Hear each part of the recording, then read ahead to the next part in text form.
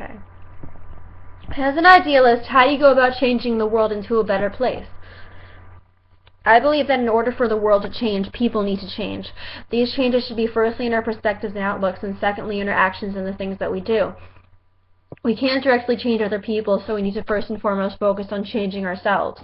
After we change ourselves, we can use our own experiences of having changed into a better person to influence or inspire others to change into better people. An example of changing our perspective is to believe we are equal to other people and that we are on the same page and that we're in this together. This kind of attitude will inspire confidence and humility both in ourselves and others. We should always be our best selves, and that includes being honest about the flaws that we have and that others don't, and the strengths others have that we still need to work on. Of course, it also includes what is strong in us and what others need help working on, whether it is us that helps them or someone else. I believe the only way we can be of service to the world is to approach every situation without rose or shit-colored glasses, but to see everything clearly.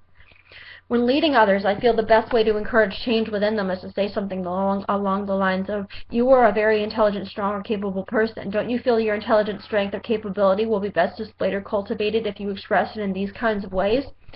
The best way to encourage people to help is to help them realize that they can be the best that they can be, and thus acknowledge their strengths, suggest a new perspective, but never push one's ideas or opinions on them.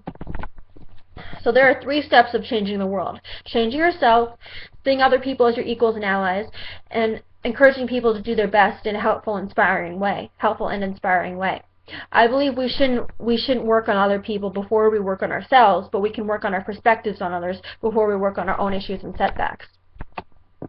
The next question is, do you like your type, and how do you think it affects your behavior? Well, of course I like my type. As a 4 with a 5 wing, I can be very analytical and philosophical, and it leads me to interesting thoughts and discussions on human nature and its strengths and fallibilities.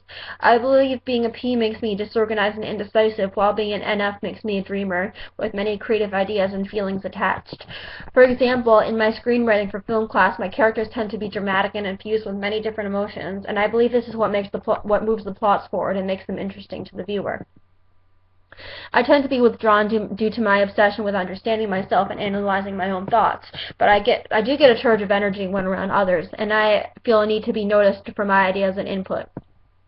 In some ways, I'm not very FI-ish because I express a lot of emotions instead of holding them in, or at least much of the time I do, but they come from my own inner values and ideals more than my surroundings, and expressing them is a natural knee-jerk reaction, but I do it because I want to, and I think it makes my world a more colorful place.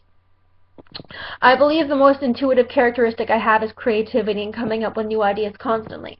Although I'm not sure if my sense of having a strongly defined view of who I like to be each and every day is very intuitive, or if it's more of a sensing thing. However, I never stop admiring those who are exactly who they'd like to be, who follow their dreams that they knew they always had, and also who never let insecurity from within or an insecure hater get in the way of their success.